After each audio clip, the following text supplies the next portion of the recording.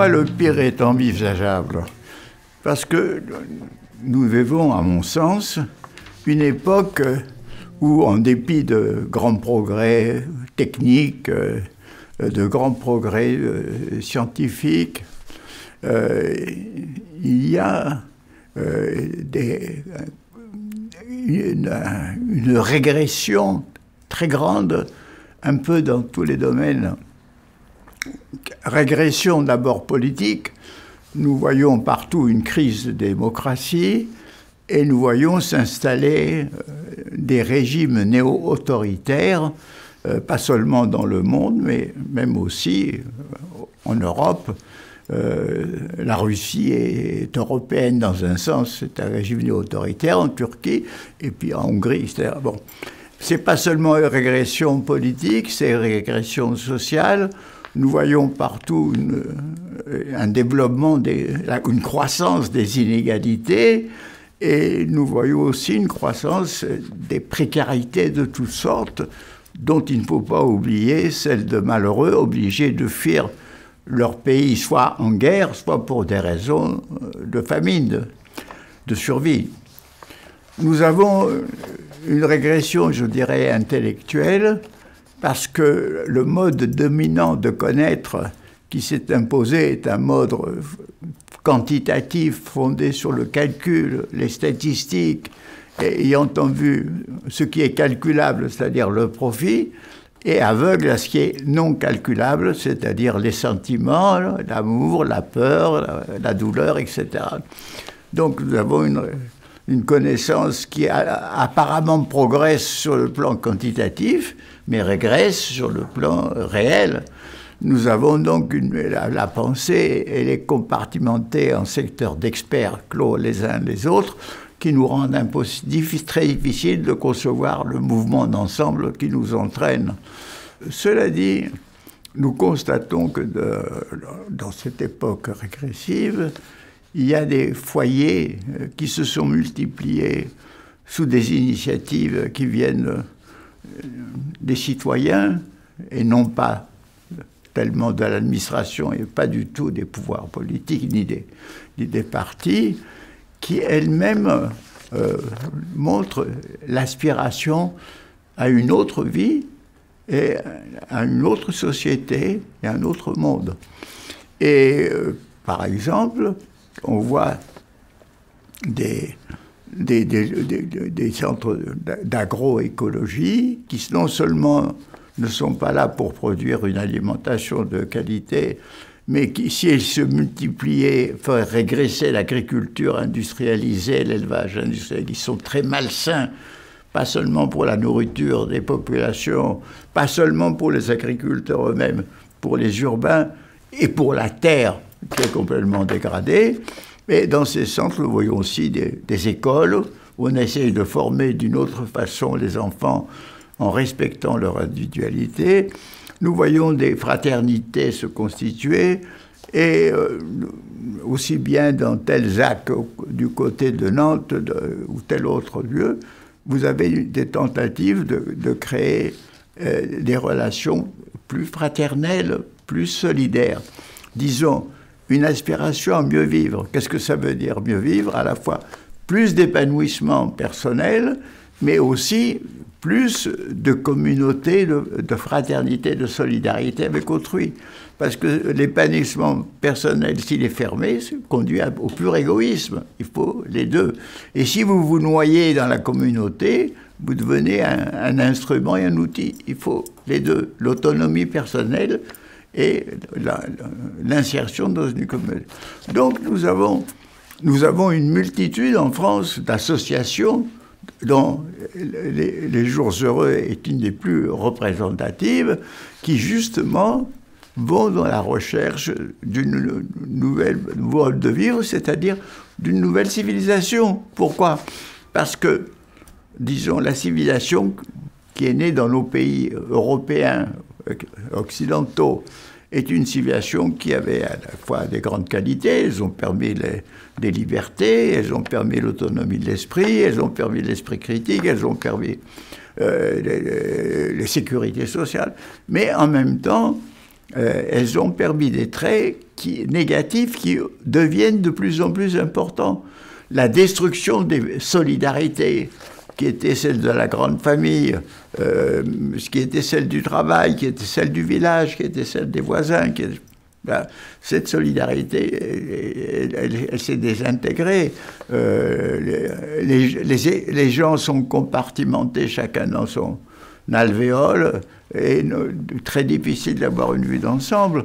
Donc nous avons une dégradation qui est, disons, une part de l'économie qui se fondait sur la recherche du profit, est une chose. Par contre, l'obsession du profit et la recherche du profit maximalisée sans arrêt, aujourd'hui avec la compétitivité, est une autre chose qui a un caractère délirant et qui opprime les gens qui travaillent dans ce genre d'entreprise.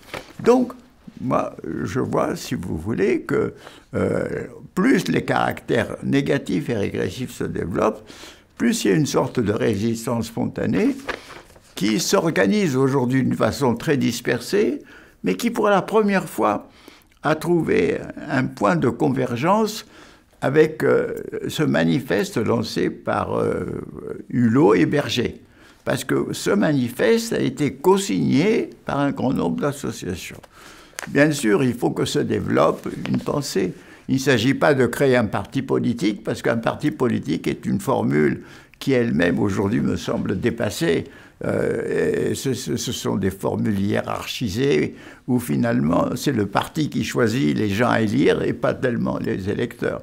Vous avez beaucoup de choses qui sont contestées. Le phénomène des gilets rouges, excusez-moi, le phénomène des gilets rouges traduit justement un malaise profond, un mal-être plus qu'un malaise très profond, qu'il faut essayer de comprendre et d'analyser plutôt que d'essayer de voir tel ou tel aspect de leur action. Donc, je pense qu'il y a quelque chose qui veut naître, quelque chose qui n'arrive pas à mourir, et nous sommes un peu dans cette situation-là.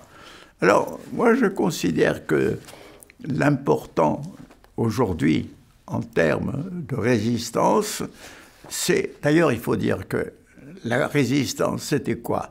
C'était un non. C'était un non à l'oppression. Mais le non à l'oppression était un oui à la liberté. D'ailleurs, la preuve, c'est qu'il y a eu un programme positif qui a été créé, programme du Conseil de la Résistance. Donc, la résistance que nous parlons est un non qui est un oui. Et ce non consiste donc à résister à ces forces qui envahissent les esprits et quand ceux-ci se referment, ont peur de l'étranger, du migrant, du musulman, du juif, etc.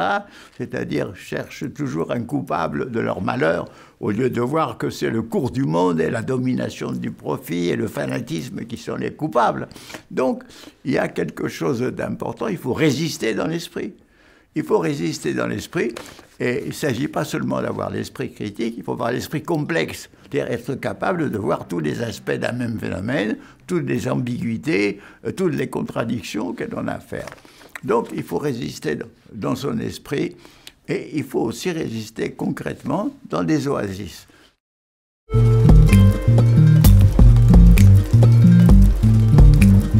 Qu'est-ce que c'est des oasis? Ce sont des lieux où dans le désert en général, il y a de la vie, il y a de l'eau, il y a quelque chose qui permet une communauté de vivre.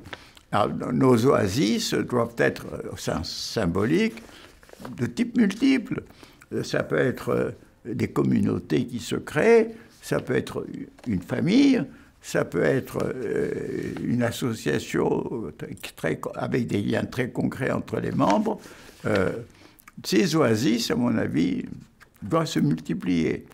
Ils doivent se multiplier, mais avec quand même une conscience. Parce que la fraternité est une très belle chose. Mais vous savez que la fraternité peut être parasitée et dégradée par la rivalité. D'ailleurs, c'est ce que nous montre la Bible, qui, dès le début de l'humanité, montre que Caïn a tué son frère Abel. Et nous savons que, disons, la possibilité.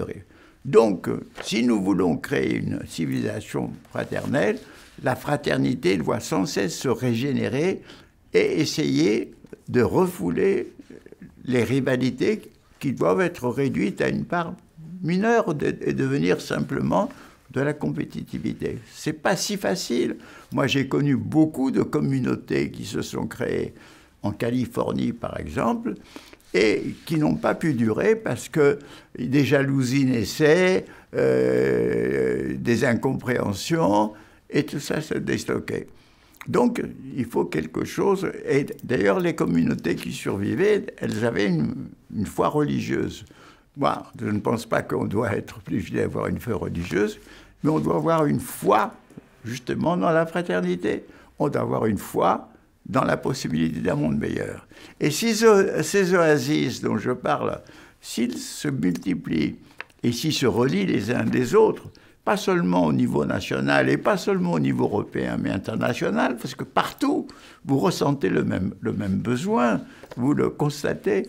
S'ils se relient entre eux, c'est une force de résistance à la régression. Alors, jusqu'où ira cette régression? Personne ne peut le dire. Est-ce qu'on va vers l'effondrement? Certains le pensent. Moi, je pense qu'il y aura des effondrements locaux, mais que tout ne pourra pas s'effondrer en même temps. Je pense qu'il y a des grands dangers. Je pense qu'avec le transhumanisme, il y a une petite partie de l'humanité, une élite du pouvoir et de l'argent qui pourra essayer de vivre en vase clos avec une prolongation de la vie, avec l'intelligence artificielle, etc. Mais de toute façon, l'idée qu'ont des technocrates aujourd'hui de croire qu'on peut rationaliser toute vie sociale par l'intelligence artificielle est fausse, parce que justement le propre de l'aventure humaine, comme de l'aventure de la vie, c'est qu'il y a de la créativité. Que la créativité, vous ne pouvez pas la prédire d'avance, vous ne pouvez pas la programmer. Vous ne pouvez pas programmer aussi bien le Requiem de Mozart, la 9e symphonie de Beethoven, que des découvertes d'Einstein ou la littérature de Proust. Vous ne pouvez pas. Vous ne pouvez pas programmer d'avance la pensée de Karl Marx qui allait révolutionner le monde quand elle est apparue. Vous ne pouvez pas programmer Hitler à l'avance. Donc, si vous voulez, heureusement et malheureusement, il y a une part de l'aventure de la vie, du monde, de l'humanité, que nous ne pouvons pas contrôler, et ce qu'on appelle harmonie, ça veut dire robotiser. Parce que si tout est bien organisé, on n'a plus qu'à agir comme des automates. Donc, si vous voulez, il faut penser que la créativité, que la liberté, ce sont des choses qui, elles, ne peuvent pas être contrôlées et prévues. Alors donc, ce sont des exercices donc, de résistance ou de résilience, dans le sens où la résilience, en quelque sorte, signifie que l'épreuve fortifie. C'est ça qui est bon dans ce terme qu'a popularisé Boris Cyrulnik, n'est-ce pas? Nous vivons des épreuves qui nous abattent, qui nous détruisent ou au contraire nous fortifier. C'était le philosophe Joubert qui avait dit le cœur se brise ou se bronze. Voilà. Donc, quand il ne se brise pas, il se bronze. Et donc, c'est ça. Et on pense que les régressions ne sont pas éternelles, et je pense qu'à un moment donné, vont surgir des forces nouvelles, des forces qui vont elles-mêmes établir un nouveau mouvement contre cette régression. Et à ce moment-là, les oasis seront, qui actuellement sont des arrière-gardes de défense des valeurs humanistes, vont devenir les avant-gardes de nouveaux progrès de l'humanité, non pas vers une perfection qui est aussi un rêve imbécile de technocrates, où le monde est condamné à avoir de l'imperfection, mais nous devons quand même ne pas accepter la fatalité d'un monde livré aux forces les pires. Nous avons sans arrêt la lutte entre Eros et Polémos, c'est-à-dire les forces d'amour et d'union et les forces de conflit. entre Eros et Pathanatos, c'est-à-dire entre les forces d'union et les forces de mort et de destruction. Nous, c'est prendre parti dans ce combat pour les forces d'Eros, combat incertain, inconnu, mais dans lequel il est nécessaire, et je dirais même tonique, de participer. Voilà.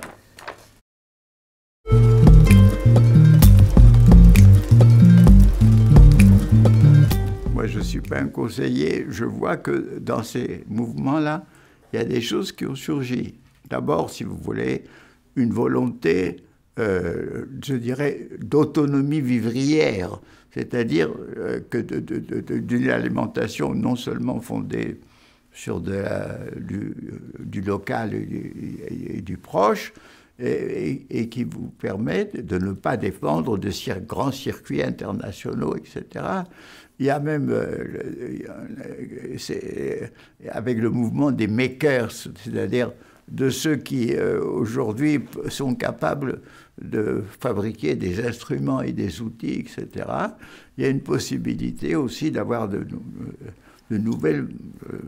nouveaux produits industriels qui ne soient pas condamnés à l'obsolescence programmée, comme tous ces produits. On est amené à faire des choix de consommation et comprendre qu'il faut éliminer non seulement le type de boisson gazeuse sucrée qui est très mauvais, surtout pour les enfants, mais de sélectionner sa nourriture et par là même, ces choix, s'ils deviennent collectifs, feront régresser l'agro-industrie et toute l'agriculture industrielle. Donc, si vous voulez, tous les choix de vie auront des conséquences sur l'ensemble de la société. Donc, c'est ça qui est important, c'est de choisir ce mode de vie qui va impliquer inévitablement des choses que l'on va abandonner et des choses que l'on va élire et qui donc pourront se développer.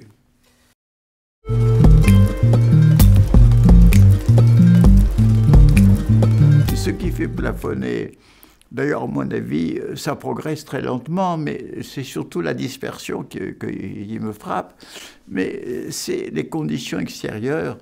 Ces choses ne sont pas aidées. Par exemple, l'agroécologie n'est pratiquement pas subventionnée par rapport aux subventions énormes qui vont pour, par exemple, le blé cultivé industriellement, pour l'exportation. Donc, ces mouvements ne sont pas compris. Au contraire, sous l'influence des médias, considèrent que c'est méprisable, quelconque, utopique, etc. Donc, si vous voulez, il y a un effort pour faire comprendre, mais on voit à un moment donné, c'est toujours la même chose, c'est un message qui est nouveau, qui met du temps à entrer. Prenez le message écologique qui est sorti en 1970 avec le rapport Meadows qui montrait que c'est l'ensemble de la planète qui est menacée de dégradation pour le développement techno-économique. La lenteur qu'il a mis pour... Et pourquoi cette lenteur? C'est parce qu'on a été formé par un système de pensée et d'éducation, d'abord fondé sur la Bible, c'est-à-dire que l'homme a été créé à l'image de Dieu de façon différente des animaux, contrairement à tout ce que nous savons depuis Darwin, parce que Descartes et toute cette pensée a montré que l'esprit est relevé de la quintessence de l'humanité et que tout le corps c'était de la pure animalité et les animaux étaient des machines, parce qu'on a dit que la mission de notre civilisation était de devenir les maîtres de la nature. Le lien ombilical que nous avons avec la nature, parce que nous sommes aussi des animaux tout en étant humains. Nous avons besoin de nourriture vivante, ce lien formidable que des civilisations que l'on estime dépassées ont eu en profondeur, comme les Indiens, Incas, la Pachamama, ce lien était invisible dans notre système d'éducation, pourtant très sophistiqué et rationnel. Donc, il faut à nouveau réapprendre notre relation avec la nature. Il y a toute une rééducation à faire. Malheureusement, le système éducatif est très difficile à changer, parce que si on pouvait le changer, il aurait un rôle très important dans cette modification. Mais tant que le système éducatif ne marche pas dans ce sens, éduquons-nous nous-mêmes, soyons les prosélytes, soyons les missionnaires.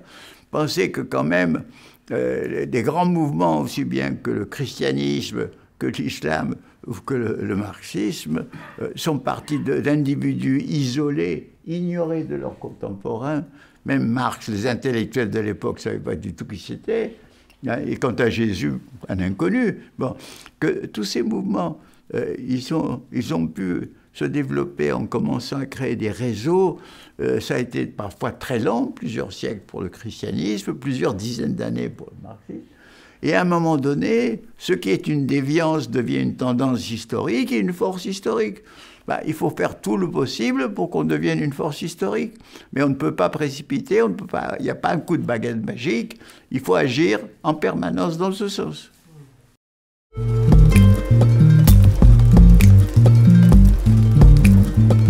Il y a une chose importante.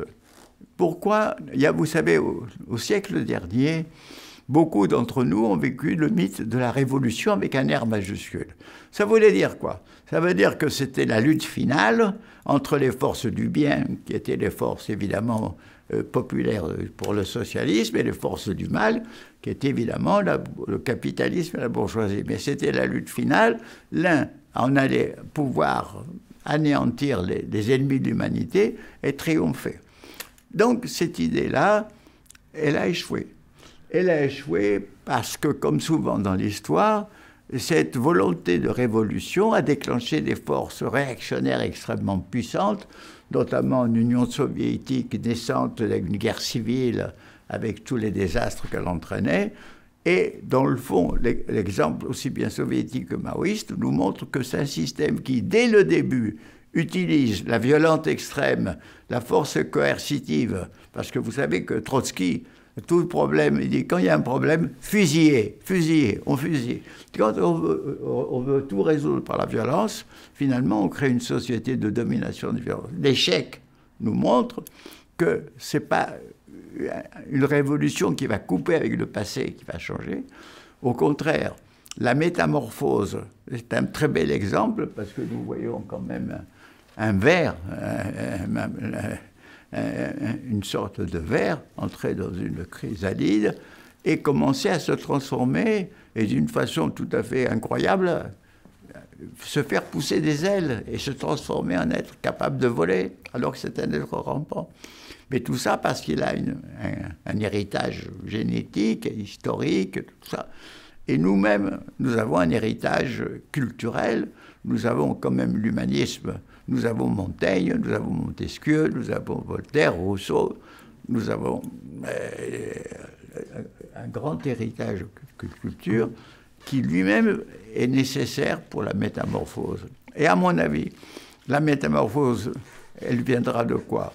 C'est-à-dire que quand des réformes multiples dans tous les domaines, que ce soit le domaine social, économique, judiciaire, privé, psychologique, intellectuel, cognitif, quand des réformes se développeront dans tous les domaines et convergeront, à ce moment-là, il y aura un nouveau courant, et à ce moment-là, on pourra dire, voilà une nouvelle voie qui va remplacer la voie que nous suivons actuellement, qui risque d'aller vers la catastrophe, et là, ça sera la voie de la métamorphose, transformation, c'est-à-dire où c'est la même humanité qui développera des virtualités qui sont déjà en elle et qui pourront s'épanouir. Ah.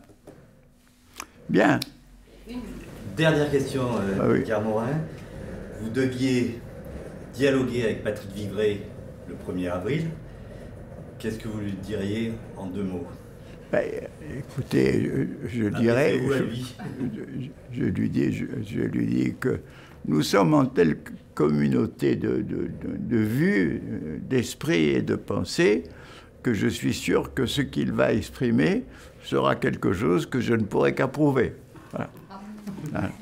Merci. Bon. Okay. Merci. Merci beaucoup.